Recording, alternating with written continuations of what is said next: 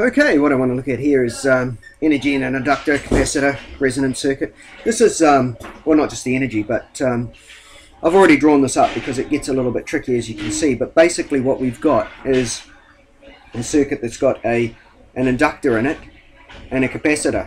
And so I'll just talk about various things, and I just want you to be aware of a few little issues that we've got here. So what I've got here, the green is the current, sorry. The red is the capacitor. The black is the inductor voltage. So let's have a look and see what's happening at various stages. When the current is 0, that's when we've got our maximum voltage on our inductor and our maximum voltage on our capacitor.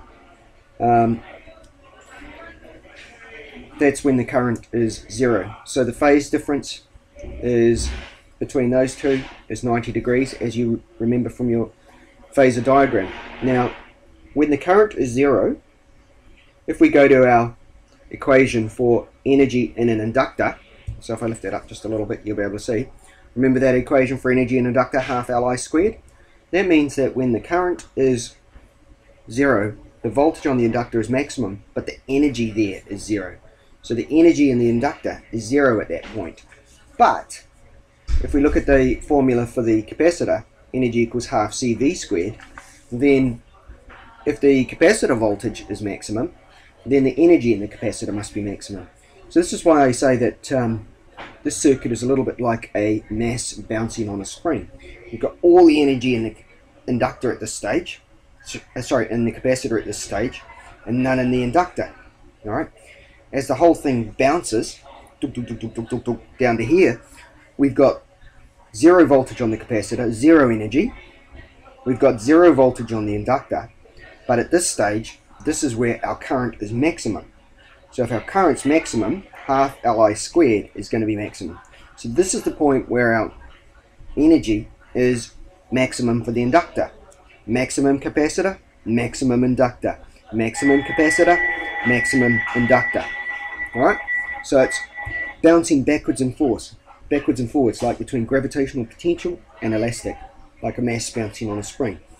Now there's a few other issues that we can look at here.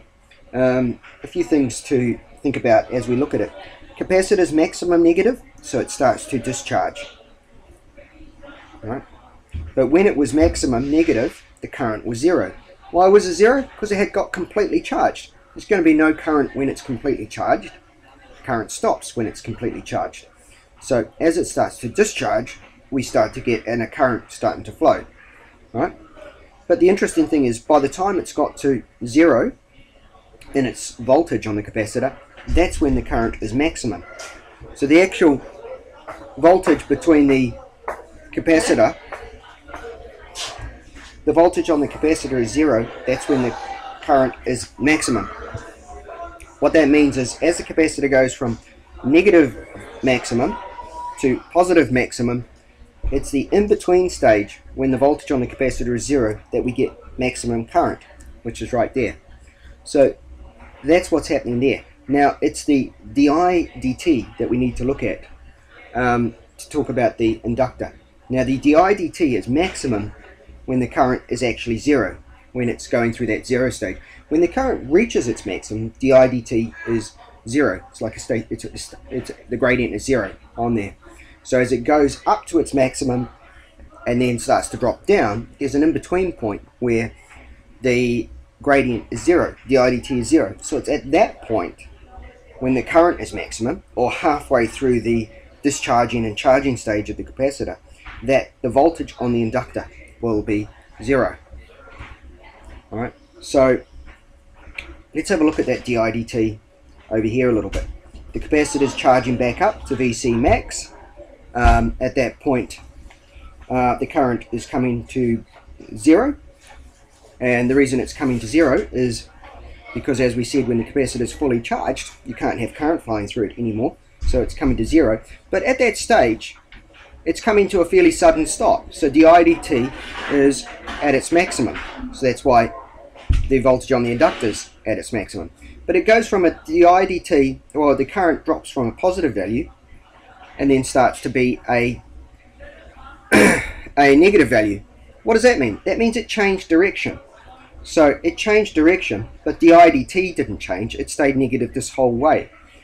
Okay, so the actual change went from a sudden stop of the current to a starting of the current in the opposite direction. So the capacitor charged up, then it discharged. That's why we went from a positive current to a negative current. Okay, but the IDT, as it suddenly got charged up, the IDT is high, and as it suddenly starts to flow again, the IDT is high. So the maximum rate of change of the current is around that 0 point, when the capacitor has got fully charged and is now starting to discharge. That's the maximum point. All right. Now, as soon as it starts to flow, all right, as soon as it starts to flow, that's when the IDT is at its maximum. That's when VL max is at its maximum.